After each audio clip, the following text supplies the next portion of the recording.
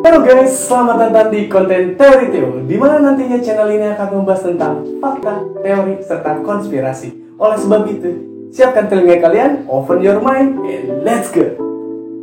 Ini adalah konten pertama kita, jadi kita akan bahas tentang masalah COVID-19.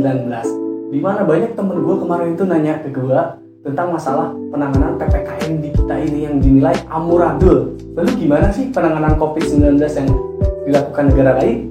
Yuk, kita langsung aja ke kontennya. Upaya penanganan COVID-19 di Asia Tenggara. Kasus pertama kali COVID di Indonesia terjadi pada tanggal 1 Maret 2020 yang kemudian langsung dikonfirmasi oleh Bapak Presiden Joko Widodo di hari berikutnya pada tanggal 2 Maret 2020. Dari sini, pemerintah terus mengupayakan penanggulangan COVID-19. Terbukti dengan adanya PSBB, PPKM, PPKM darurat, dan PPKM level 4 lainnya. Yang fungsinya tentu saja untuk membatasi sosial masyarakat itu sendiri. Tetapi banyak sekali pertentangan terjadi di masyarakat akibat PPKM ini. Seperti yang baru-baru terjadi di Bandung. Nah, di sini banyak ojek online yang benar-benar menentang PPKM itu. Ada sekitar 150 ojek online yang ditangkap polisi. Dan ironisnya lagi, akibat dari PPKM ini, banyak sekali masyarakat yang menderita. Dimulai dari kehilangan pekerjaan, ekonomi melemah, pengusaha gagal, dan tingkat kemiskinan yang sangat meningkat. Benar-benar ironis. Tapi yang disayangkan, dari kejadian pandemi ini banyak sekali kejadian-kejadian yang menyayat hati masyarakat.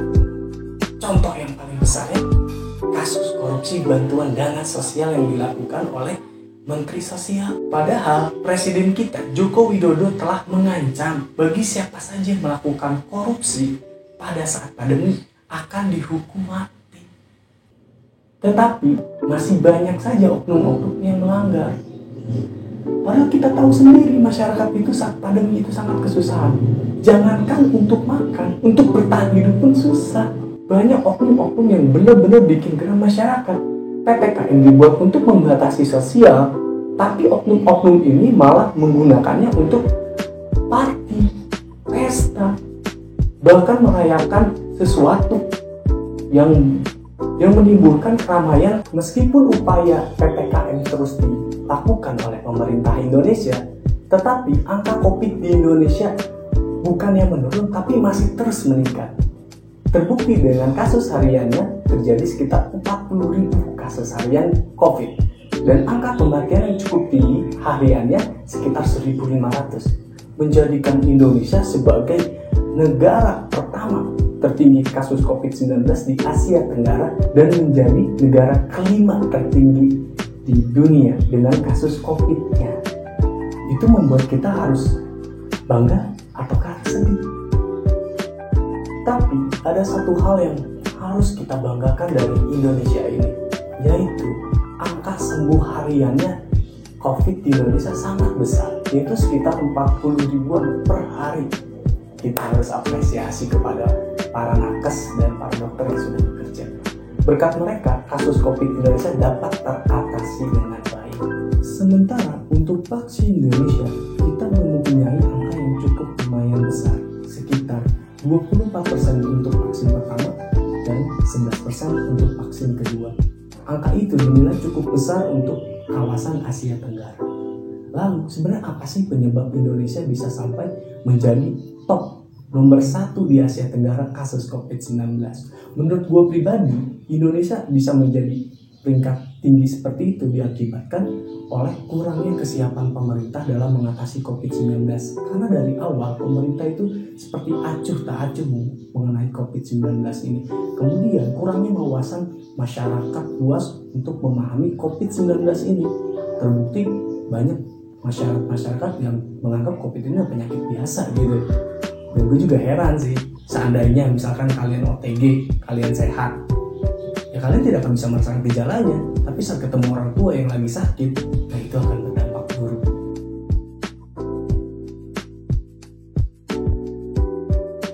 Nah, negara kedua yang akan kita bahas itu Myanmar. Ini adalah negara yang menarik bagi gue, karena di saat pandemi sedang berlangsung, di sana terjadi kudeta militer, yang dimana pemerintahan diambil alih oleh militer. Kudeta itu terjadi pada bulan Februari 2021 kemarin yang mengakibatkan gejolak besar-besaran di negara tersebut. Demo yang tiada henti dan sangat besar terjadi di negara tersebut, mengakibatkan korban jiwa dan yang paling penting mengakibatkan kerusakan pelayanan masyarakat tersebut hancur diakibatkan pecahnya kesehatan di sana, seperti para dokter yang satu pro, yang satunya lagi kontra, dan di mana para yang kontra itu ditangkap oleh pasukan militer dan dimasukkan penjara. Beberapa dokter itu ada yang melarikan diri dan kemudian bersembunyi. Nah, dari sini kita pasti udah paham bagaimana masyarakat sudut pandangnya terhadap pemerintah itu. Ya, kita tahu sendiri, masyarakat jadi enggan untuk sekedar berubah ke pemerintahan, mengakibatkan kasus COVID di sana sangat meningkat tajam. Bayangkan, kalau Anda positif, dia tidak mau masuk ke rumah sakit. Dan dari hasil tes yang dilakukan oleh pemerintah tersebut, dari 3 orang yang mengetes, pasti ada 1 orang yang positif. Yang itu artinya sepertiga negara tersebut positif COVID-19. Itu yang dicek. Belum lagi yang tidak dicek. Akan banyak sekali orang yang positif di sana. Akibat pro kontra itu, terjadilah gelombang besar COVID-19 di negara tersebut. Kasus-kasus positif terus meningkat setiap harinya.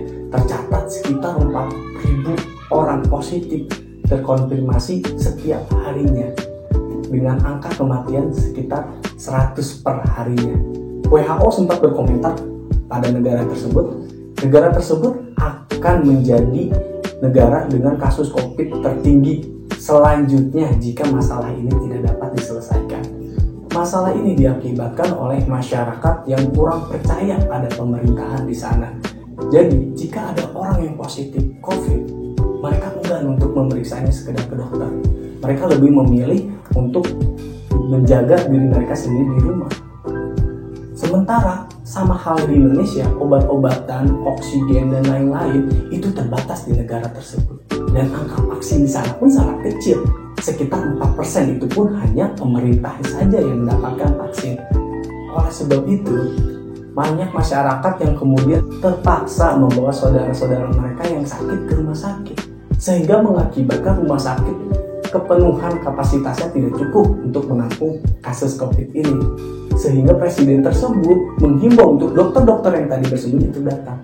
Tapi kalian tahu lah, pasti dokter-dokter mereka tidak mau karena presiden sendiri tidak menjamin keselamatan mereka. Alhasil, meskipun mereka ke rumah sakit, penanganan COVID tetap saja tidak bisa dilakukan. Sehingga banyak korban jiwa yang meninggal di sana per harinya.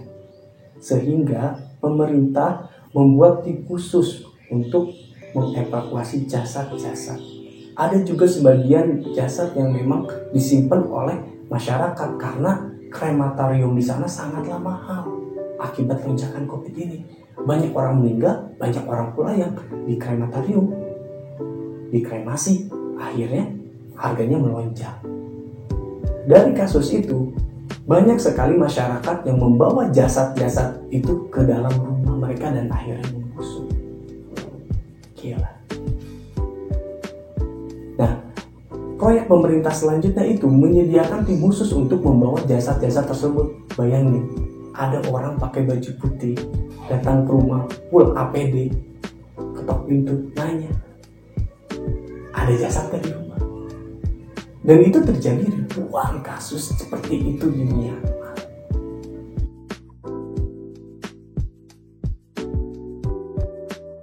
Ketiga adalah negara Thailand.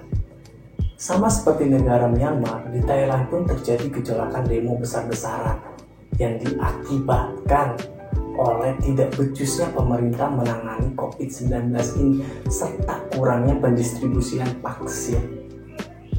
Jadi masyarakat di sana berdemo dengan menggunakan kendaraan mereka masing-masing. Ada yang bawa mobil, ada yang bawa motor. Mereka keliling kota Bangkok dan membunyikan klakson serta menggember-geber suara sepeda motor mereka, mengakibatkan kota di sana bising sekali. Kemudian setelah demo tersebut berlanjut lagi demo kedua, di mana masyarakat meminta vaksinasi kepada pihak pemerintah. karena angka COVID di sana sangat besar dan vaksin hanya diperuntukkan untuk pemerintahan dan orang-orang tertentu seperti konglomerat dan orang-orang yang membela pemerintahan tersebut, sehingga masyarakat tidak kebagian vaksinnya. Masyarakat kemudian berdemo di pusat pemerintahan di kota Bangkok. Bukannya pemerintah memberikan vaksin, tapi masyarakat diberikan water cannon, peluru karet, serta gas air mata. Gila. Ironis banget kan? Seharusnya masyarakat Indonesia bersyukur karena di Indonesia vaksin gratis. Meskipun sebelumnya ada wacana Kimia Farma mau membuat vaksin berbayar, tapi tentu saja ditentang oleh presiden kita. Oke, kita lanjut. Setelah demo itu selesai, kemudian masyarakat sudah mulai merasa frustasi atas terjadinya kasus seperti ini. Akhirnya masyarakat meramaikan hashtag salam 3 jari seperti ini. Ya, salam itu terinspirasi dari film The Hunger Games yang artinya pemberontakan. Sampai video ini dibuat, kondisi negara Thailand masih dalam guncangan yang sangat besar karena masyarakat tetap menuntut raja mereka untuk mundur dari tahtanya. Ada kejadian menarik saat demo itu berlangsung. Banyak sekali artis-artis yang ikut serta dalam demo tersebut. Mereka speak up untuk masalah penanganan COVID di Thailand tersebut. Nah, salah satu yang menarik perhatian adalah kasus rapper terkenal di Thailand yaitu bernama Milly. Dan dia itu melakukan speak up dalam bentuk rapper, komplain terhadap pelayanan pemerintah untuk masyarakat yang menangani COVID itu seperti apa. Nah, akhirnya si Milly itu karena speak up-nya berlebihan, dia harus ditangkap oleh pihak kepolisian di daerah tersebut. Banyak sekali pro kontra yang terjadi dalam kasus Milly tersebut. Aktivis-aktivis ikut tangan untuk membela Milly, seperti mereka menjadikan hashtag Save Milly yang viral di Thailand sana. Dan aktivis-aktivis ini serta masyarakat yang membela Milly ikut serta pada proses peradilan Milly tersebut. Akhirnya Milly pun dapat hukuman denda sebesar 2.000 baht atau sekitar kurang lebih 800.000. Adapun kasus menarik lainnya yaitu presenter pembawa berita acara di sana menangis saat membacakan kasus COVID harian di Thailand, di mana kasusnya terus meroket tajam ke atas. Dengan kasus harian sekitar 20.000 kasus baru positif dan sekitar 200 orang meninggal perharinya akibat COVID. Sementara vaksin yang dilakukan di sana hanya sekitar 3%. Itu pun hanya pemerintahan saja dan aparatur negara. Oleh sebab itu, gejolakan di sana sangat amat besar.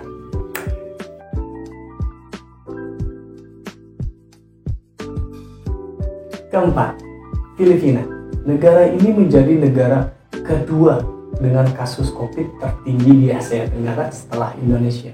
Terbukti dengan angka hariannya cukup besar sekitar 10.000 per hari kasus baru ini dan kasus meninggalnya 250 per hari. Nah, yang menarik dari negara ini ya adalah kasus COVID-nya itu tidak menyebar secara merata, melainkan hanya di kota-kota besar seperti ibu kotanya Manila. Untuk di daerah pedesaan dan daerah pelosok justru tidak teridentifikasi kasus COVID. Nah, dari sini kita tahu bahwa kasusnya itu terjadi di kota besar itu akan berakibat fatal. Penumpukan pasien yang terjadi di kota besar membuat fasilitas kesehatan di sana kewalahan menangani kasus COVID ini. Sehingga Presiden Filipina kemudian mengajukan tenaga medis dari luar negeri untuk datang ke Filipina. Tidak hanya itu, upaya yang dilakukan Presiden pun seperti adanya pembatasan sosial, bahkan lebih besar dari itu. Mereka menerapkan kebijakan lockdown. Dari video ini dibuat, lockdown di sana udah lebih dari 1 bulan yang kemungkinan akan terjadi sampai 2 bulan. Yang menariknya lagi, tidak ada protes dari masyarakat. Karena di sana pemerintahannya benar-benar menaungi semua kebutuhan masyarakat itu sendiri.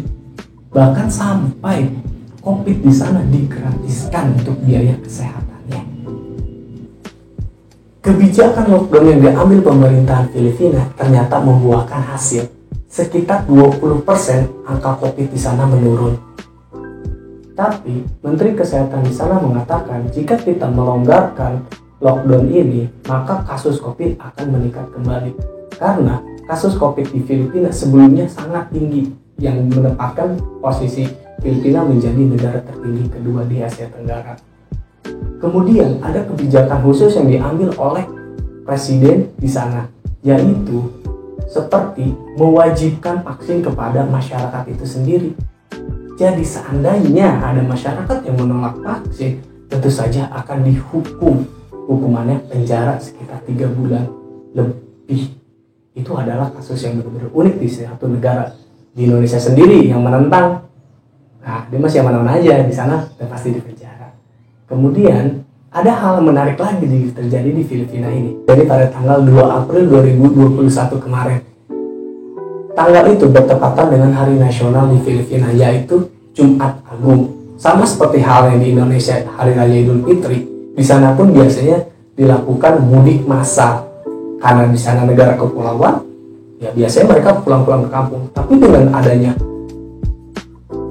adanya sistem lockdown yang dilakukan pemerintah, masyarakatnya patuh terhadap pemerintah dengan tidak melakukan mudik besar-besaran. Mereka hanya tetap di rumah. Saking disiplinnya mereka, untuk sekedar berangkat ke gereja pun mereka enggak. Terbukti dari video-video serta pun foto yang beredar di media sosial. Jalanan kosong seperti ini, bahkan gereja-gereja pun terlihat sepi. Itu terbukti dari antusias masyarakat untuk melawan COVID, dan dengan support pemerintah akhirnya berhasil mengurangi angka COVID di sana. Ya, mungkin itu bisa diterapkan di Indonesia agar kita